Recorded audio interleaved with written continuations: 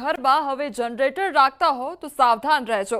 સુરતના ભાઠા ગામનો બનાવ લાલબત્તી સમાન સામે આવ્યો છે। રૂમમાં જનરેટર ચાલુ રાખતા ધુમાડાથી 3ના મોત નિપજ્યા છે।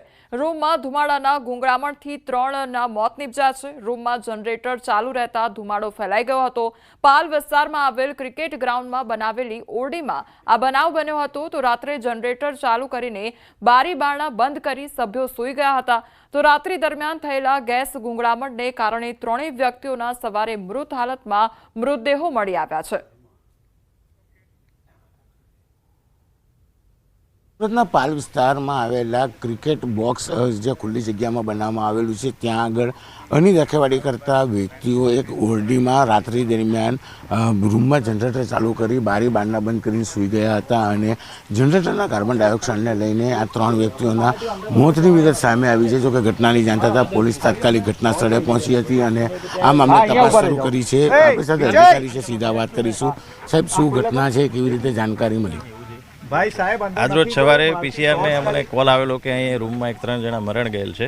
એટલે જે બાબતે સ્થળ ઉપર આવીને તપાસ કરતા 108ને પણ બોલાવી હતી। 108એ જણાવેલું કે આ લોકો સ્થળ ઉપર રાત્રિના સમયે કોઈ કારણથી મરણ ગયેલ છે। એટલે ત્યાં પોલીસે તપાસ કરતા તેમની સાથે રૂમમાં જ એક જનરેટર એમનો હતો, જનરેટરનો ઉપયોગ તેઓ કરતા હતા। જનરેટરના ધુમાડાના કારણે ગુંગળામણથી મૃત્યુ થયું તેવું પ્રાથમિક જણાય આવે છે અને આ બાબતે FHL સ્થળ ઉપર આવે છે અને FHL બાદ PM કર્યા બાદ મૃત્યુનું ચોક્કસ કારણ જાણી શકાશે। બિલકુલ, કાર્બન ડાયોક્સાઇડ ઊભો થતાની સાથે કહી શકાય છે કે મૃત્યુ થયું। કેમેરામેનને કહીશ કે જે રૂમ છે રૂમના વિઝ્યુઅલ બતાવે અને એ રૂમની અંદર છે ડેડ બોડી છે એ બતાવવાનો પ્રયાસ કરશે।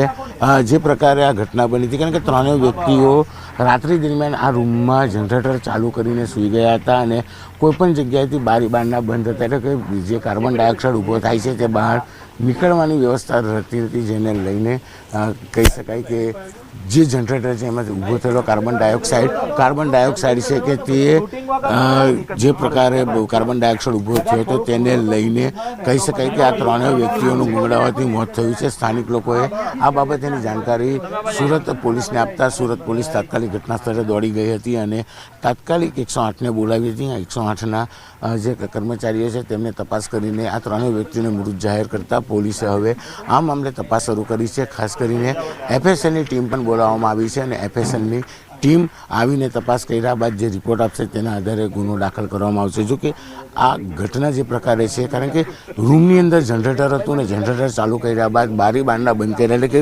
જનરેટરમાંથી ઊભો થતો કાર્બન ડાયોક્સાઇડ બહાર નીકળવાની જગ્યા નથી અને તેને કારણે કહી શકાય કે કાર્બન ડાયોક્સાઇડ ઊભો થતાની સાથે અંદર આ તમામ લોકોના શ્વાસ રૂંધાયા હતા અને જે પ્રકારે આ શ્વાસ રૂંધાવાની ઘટના હતી તેને લઈને આ 3 વ્યક્તિઓના મોત થયા છે। જો કે પોલીસ ઘટના સ્થળે પછી આ મામલે તપાસનો ધમધમાટ શરૂ કર્યો છે।